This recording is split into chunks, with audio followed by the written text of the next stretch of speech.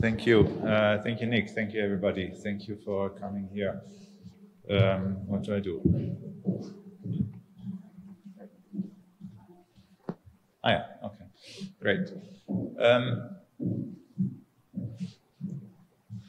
The Babinjar Synagogue is the first building that has been built on the site of Babinjar for so many years.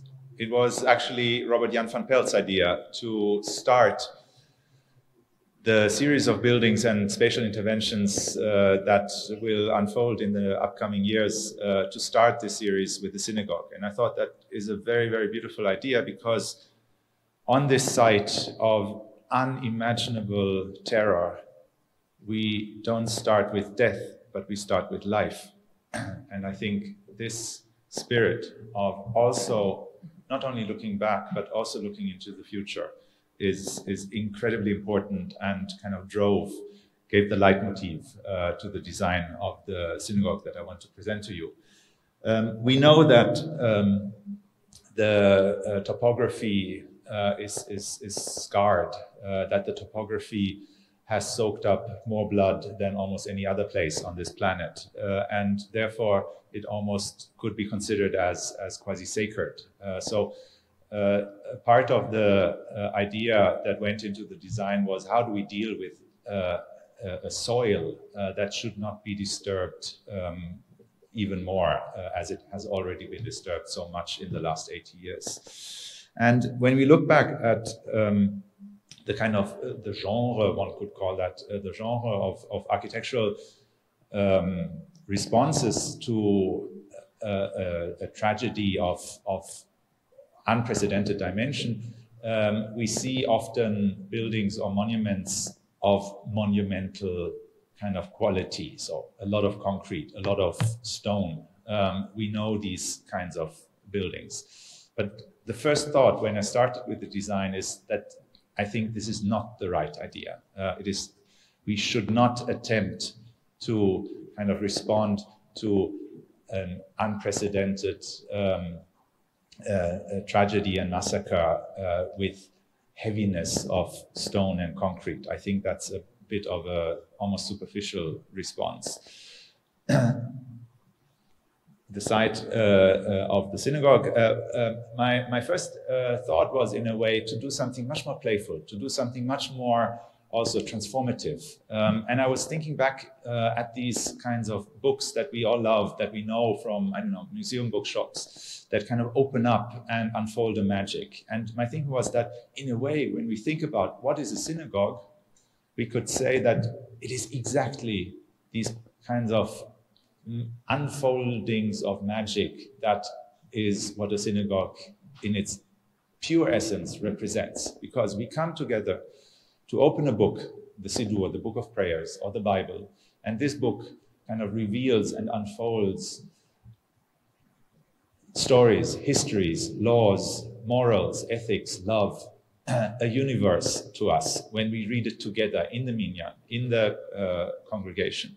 And in a way, these pop-up books do exactly the same. They unfold a magic, a new universe that we want to discover. So I thought, why not, and I don't know if the movies work, no, they don't. Why not build a building that does exactly this kind of also introducing a new ritual onto the site, introducing a kind of a collective ritual. You can only open this synagogue with a group of people, ideally with 10 people. So it takes a minyan to make the synagogue work. The 2 pages unfold, the roof unfolds, the women's gallery unfolds, the bima unfolds. Another reference was these beautiful paintings, drawings from the wooden synagogues that existed in Western Ukraine in the 16th, 17th, 18th century that had all been destroyed during the Second World War. And that featured this kind of iconography, which was incredibly beautiful, rich, colorful, spoke in a way of the beauty of life. This was one of the main images that kind of I found, and I sent to the team and said, we need to kind of link back to this gorgeous craft that is shown here. By the way, I was also at some point looking at the text and thinking, what is that text actually? And deciphering it, it turned out not to be one of the major blessings or prayers, but it is a quite rare blessing about how to turn a nightmare into a good dream. And I thought this is a kind of such a fortunate coincidence, which is amazing. This needs to become the leitmotif of the synagogue, how to turn a nightmare into a good dream.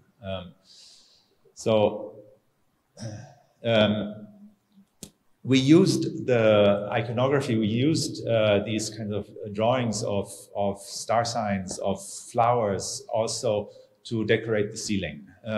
What the ceiling is, and you see it here, is every flower is a star, every star is a flower. And what is shown is exactly the star constellation that was visible on the night sky of September 29th, 1941, over the sky of Kiev. It was exactly, in a way, the last view of the stars of the sky that the Jews had before they were slaughtered, before they were killed.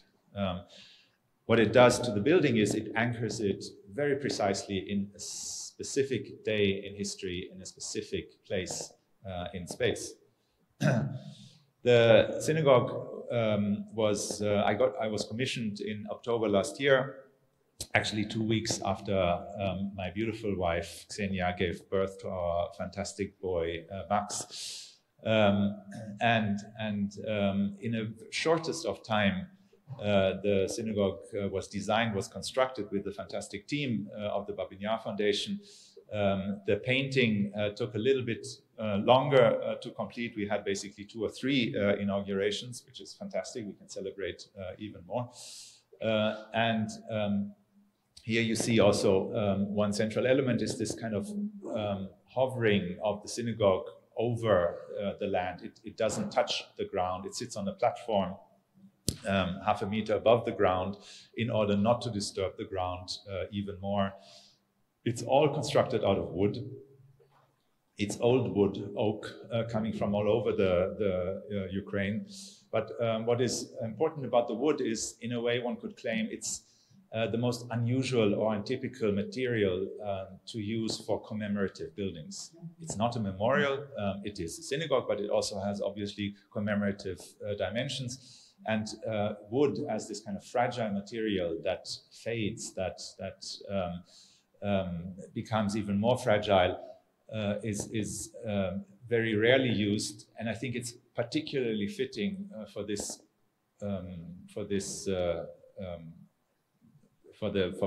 Babinjar synagogue, because we will always need to treat the synagogue with love. We need to take care of it. We need to caress it in a way. We need to take care of it every day so that it doesn't fall apart. And this is a kind of obligation which is necessary for the commemoration of the massacre in general as well.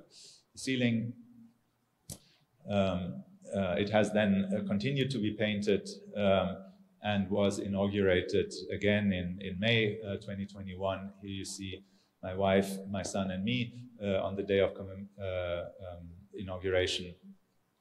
And why I point out my son is because when I was starting with the synagogue, I was reading the books of Jonathan Little and other books about the massacre and this kind of unbelievable brutality, while at the same time looking into the beautiful eyes of my son and seeing his eagerness to live.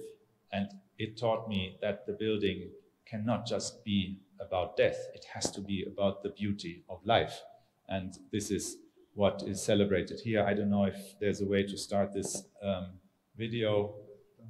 It's supposed to, then you have to imagine it, it's supposed to show the opening and closing procedure of the synagogue. It really unfolds into itself. It becomes a very slender volume, kind of containing holiness in a small kind of physical space and then opening up again. through very manual work. It's not by pressing a button, it's by through 6, 7, 8, 9, 10 people manually opening up, making the synagogue usable